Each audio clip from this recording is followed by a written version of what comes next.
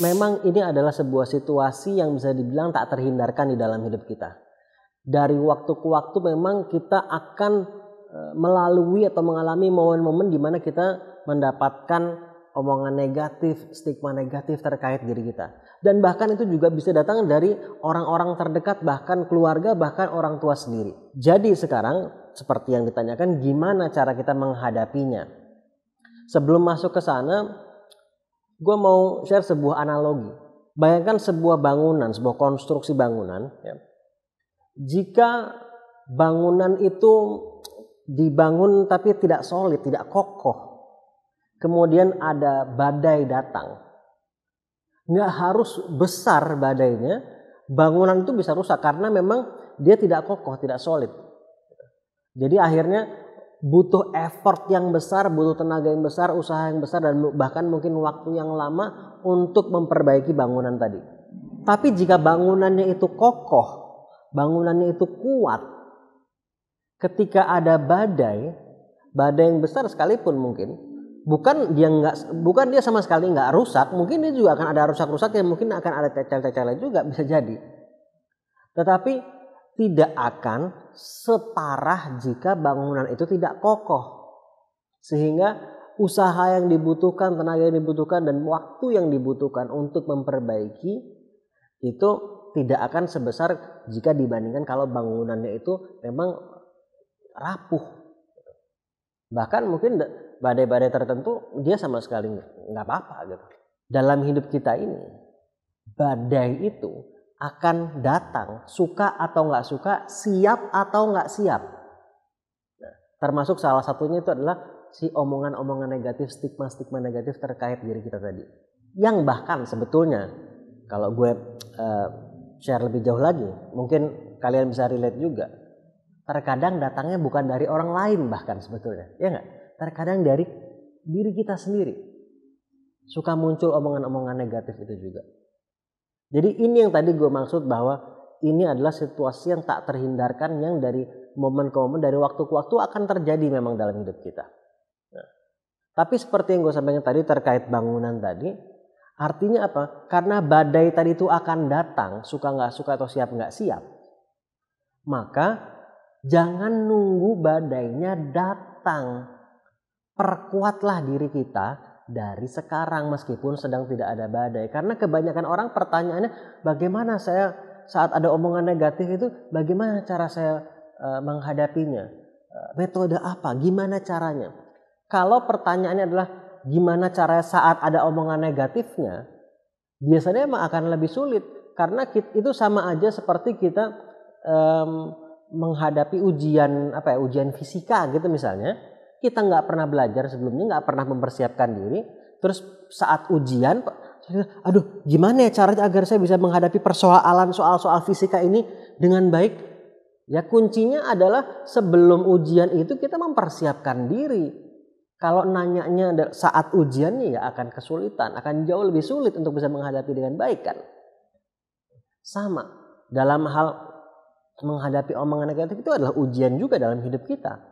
Yang jika kita hadapi dengan baik, jika kita membangun kemampuan kita untuk menghadapinya dengan baik, bukan hanya kita bisa menghadapinya dengan baik, kita akan menjadi pribadi yang lebih baik juga setelah itu. Ada proses pertumbuhan yang terjadi dalam proses melewati tantangan tersebut, omongan-omongan negatif tersebut misalnya. Oke.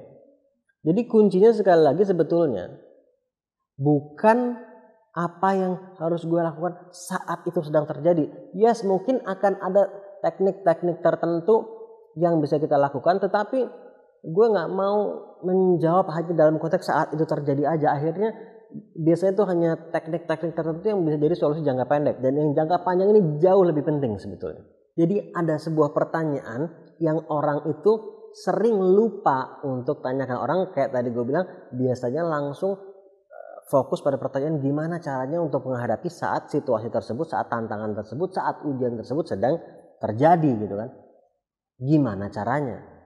Tapi ada sebuah pertanyaan yang amat sangat penting yang orang sering lupa tanyakan atau bahkan tidak menyadari pentingnya. Yaitu gue perlu menjadi orang yang seperti apa? Karena kalau kalian hanya belajar tekniknya, gitu ya. Tekniknya, tetapi tidak embodying, ya, tidak menghadirkan kepribadian yang akan bisa menjalankan teknik itu dengan efektif. Tekniknya nggak akan efektif, nggak akan berdampak efektif kepada kalian, nggak akan berdampak signifikan. Misalnya begini, public speaking. Kita belajar teknik public speaking. Oh, caranya saat berbicara di depan orang banyak itu penting sekali intonasi kalian, mengatur intonasi, kemudian kecepatan kalian saat berbicara pasti kan mudah dipahami. Volume suara kalian yang lebih besar atau lebih rendah, dan seterusnya. Misalnya tuh kita belajar tuh tekniknya gimana, akan untuk menyampaikannya. Terus alur bercerita seperti apa, kita belajar tekniknya agar mengalir dengan baik. Belajar tekniknya. Tapi jika kita orangnya itu masih sangat nggak pedean gitu, tidak punya kepercayaan diri yang tinggi akan kemampuan kita, teknik-teknik tadi nggak akan keluar, nggak akan terasa. Makanya yang juga amat sangat penting sebelum bicara soal gimana tekniknya, gue perlu menjadi orang yang seperti apa agar teknik-teknik tadi kalau gue pelajari dan kemudian gue terapkan itu bisa berdampak dengan signifikan. Ini yang orang sering lupa. Jadi orang yang seperti apa sih yang mereka itu dalam menghadapi stigma-stigma negatif, omongan-omongan negatif terkait diri mereka itu bisa menghadapi dengan baik. Orang yang seperti apa? Orang yang mengenali potensi dirinya. Orang yang mengenali kemampuan dirinya. Dan bukannya mengenali, tapi juga mengaktualisasikan potensinya. Orang yang menggunakan kemampuan dia, orang yang juga yakin bahwa apapun tantangan yang dia hadapi, ya, dia akan bisa melewatinya dengan baik. Mungkin, dan ini bukan denial, sekali lagi, bukan denial, bukan bilang oh saya nggak apa-apa kok, saya ini fine aja kok. Enggak, kita mengakui bahwa diomongin begitu nggak enak, tetapi karena saya adalah orang yang mengetahui kemampuan saya, meskipun sekarang ini nggak enak, saya nggak akan butuh waktu lama, saya nggak akan terlalu berlarut-larut untuk merasa sedih, untuk sampai berlarut-larut dalam kesedihan, dalam kekecewaan dan seterusnya, dalam kemarahan. Saya nggak perlu merasa harus membalas dendam, harus ngomongin negatif balik, karena ya mereka itu nggak paham. Saya yang lebih paham karena saya yang paling sering berinteraksi dengan diri saya, dan saya sering meluangkan waktu untuk berinteraksi, untuk mengenal diri saya, untuk mengenal kebaikan-kebaikan saya. Dan saya terus mengaktualisasikan potensi-potensi kebaikan yang ada dalam diri saya, yang Tuhan berikan kepada diri saya, potensi-potensi itu. Cuma sebelumnya saya kurang meluangkan waktu. Saya malah lebih sering meluangkan waktu saya untuk mengenal orang lain ketimbang mengenal diri saya sendiri. Sehingga kalau saya nggak mengenal diri saya dengan baik, akhirnya label yang saya berikan terkait diri saya itu saya ambil dari omongan orang lain. Orang bilang, lu tuh goblok, lu nggak bisa ngapa-ngapain ya, lu gini.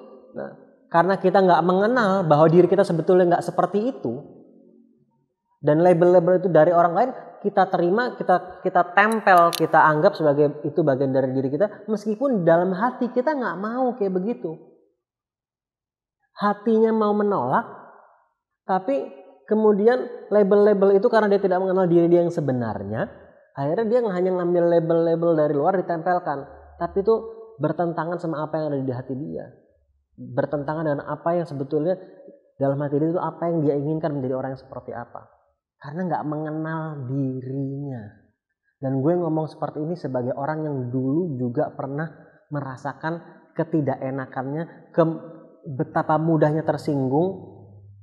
Walaupun gue termasuk orang yang ketika tersinggung, gue bukan termasuk orang yang kemudian marah-marah keluar, tapi gue termasuk orang yang terus biasanya mundur, diem gitu, gue simpan sendiri. Gue termasuk yang seperti itu. Ada orang yang cara mengekspresikan ketersinggungannya misalnya itu berbeda-beda memang. Ada yang bahkan dua-duanya gitu. Jadi gue juga ngalamin ketidakenakannya gitu. Menjadi orang yang seperti itu. Dan mulai dari jujur sama diri sendiri. Dan proses belajarnya mudah-mudahan apa yang gue share ini bisa bermanfaat. Jadi fokusnya, who do I need to become? Gue perlu menjadi orang yang seperti apa?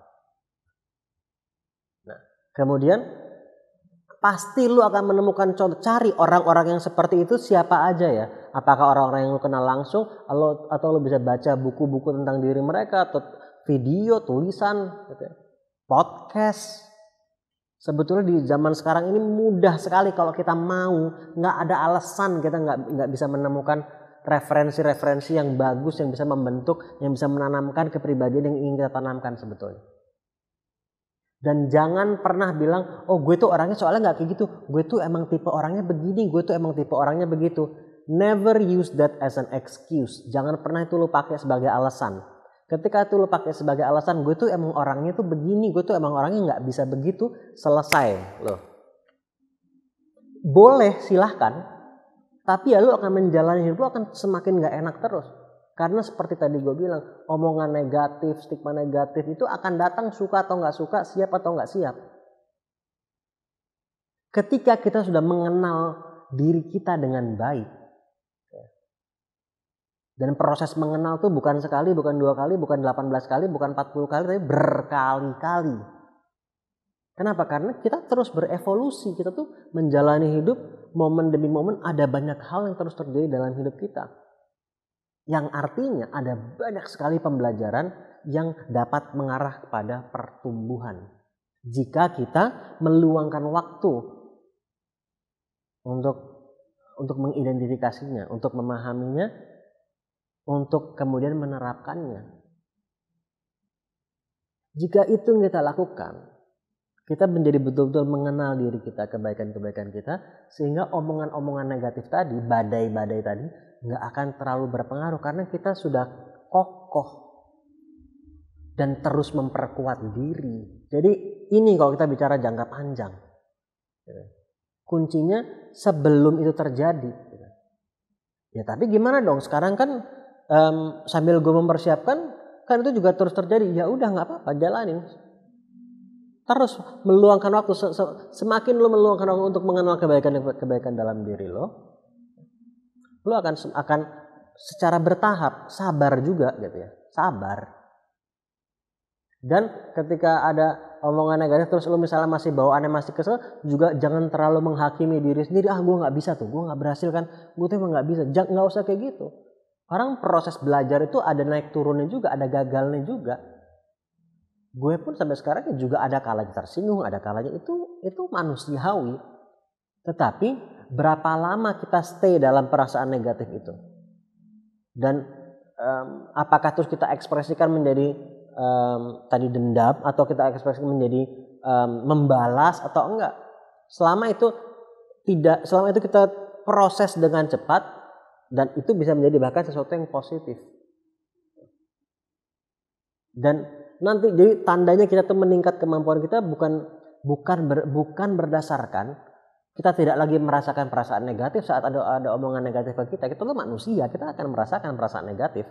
Itu part of being a human being. Bagian dari namanya menjadi manusia dan menjalani hidup.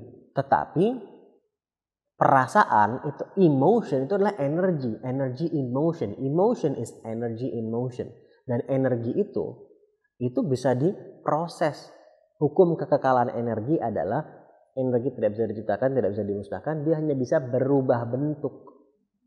Jadi saat kamu merasakan perasaan negatif dari omongan negatif orang, atau bahkan omongan negatif diri sendiri, dari kepala kamu sendiri, dari otak kamu sendiri, dan by the way kamu itu bukan sekedar otak kamu aja, kita ini bukan sekedar otak, kita ini adalah ruh, dan ruh ini punya kekuatan yang jauh lebih besar. Saat kita menghadirkan kesadaran, kita yang ngambil alih, kita yang bisa memerintahkan otak kita untuk mau memikirkan apa. Bukan kita yang diperintah-perintah. Jadi saat omongan negatif itu datang baik dari orang lain maupun dari otak, gitu ya, kita yang bisa bilang, oh enggak kayak gitu sebetulnya. Oke? Karena kita mengenal mengenal diri kita, mengenal Tuhan. Dan bersama Tuhan insya Allah apapun tantangannya, eventually pada akhirnya itu akan mengarah kepada kebaikan. Hal yang tidak enak bukan berarti hal yang tidak kita butuhkan. Dan hal yang enak bukan berarti itu pasti kita butuhkan. Mudah-mudahan apa yang gue share bermanfaat dan insya Allah dimanfaatkan.